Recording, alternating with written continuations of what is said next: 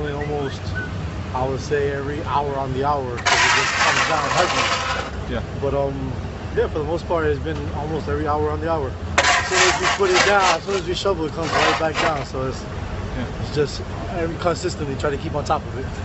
And what kind of shop is this that you run here? This is a dog. It's a dog gym. It's pretty much like a dog daycare. So we still have to make sure that there's a lot of in and out. So we have to make sure that there's no nobody to slip or fall or anything. Just want to be cautious and be on the safe side.